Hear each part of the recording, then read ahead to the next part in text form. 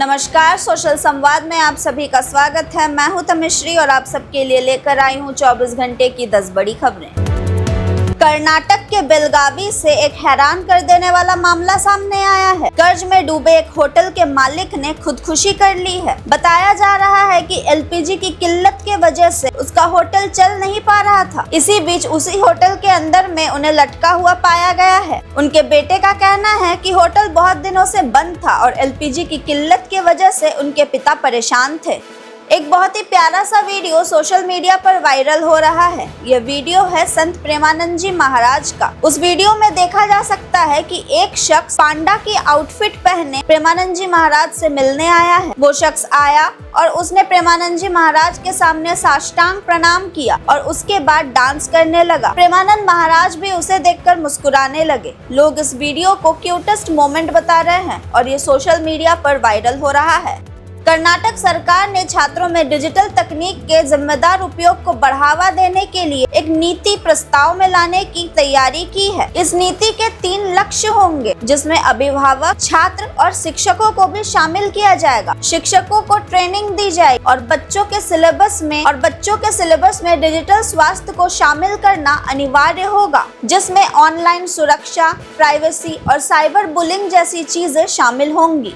Supreme court ने हाल ही में एक जनहित याचिका पर सुनवाई करते हुए देश भर में चलने वाले कैब सेवाओं को दिव्यांग लोगों के अनुकूल बनाने पर जोर दिया है। कोर्ट ने कहा है कि कैब्स में व्हीलचेयर और अन्य उपकरण शामिल होने चाहिए, जिससे दिव्यांग लोगों की यात्रा भी सुगम हो सके।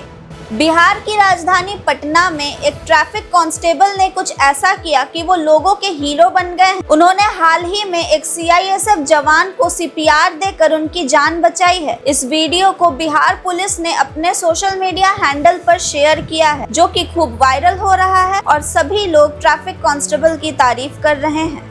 देश में महिलाओं की राजनीतिक भागीदारी को बढ़ावा देने के लिए तैयारियां चल रही हैं। केंद्र सरकार अब नारी शक्ति वंदन अधिनियम को 2034 के बजाय 2029 में ही लागू करने का कार्यक्रम बना रही है। इस प्रस्ताव के तहत लोकसभा और राज्य के विधानसभाओं में महिलाओं की भागीदारी ज्यादा होने की उम्मीद है। इस प्रस्ताव के तहत लोकसभा और राज्य की विधानसभाओं में महिलाओं की सीटों में 50% तक की बढ़ोतरी की जा सकती है, जिससे 33% आरक्षण महिलाओं को मिल सकेगा।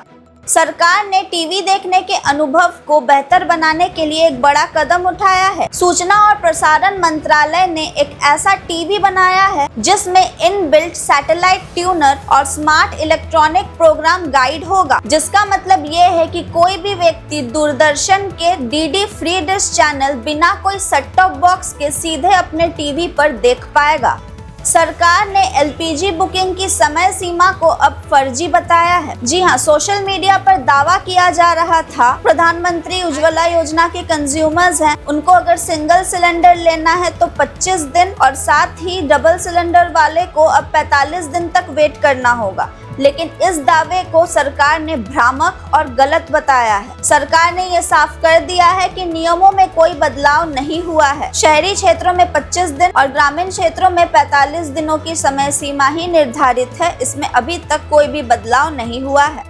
झारखंड विद्युत नियामक आयोग ने टाटा स्टील और टाटा स्टील यूआईएसएल के ओर से बिजली के नए टैरिफ को मंजूरी दे दी है। इससे प्रीपेड मीटर लगाने वाले उपभोक्ताओं को एनर्जी चार्ज में 3% की छूट मिलेगी और प्रीपेड मीटर लगाने के 1 महीने के भीतर सिक्योरिटी डिपॉजिट वापस करनी होगी। 1 अप्रैल 2026 से ये नए टैरिफ लागू किए जाएंगे।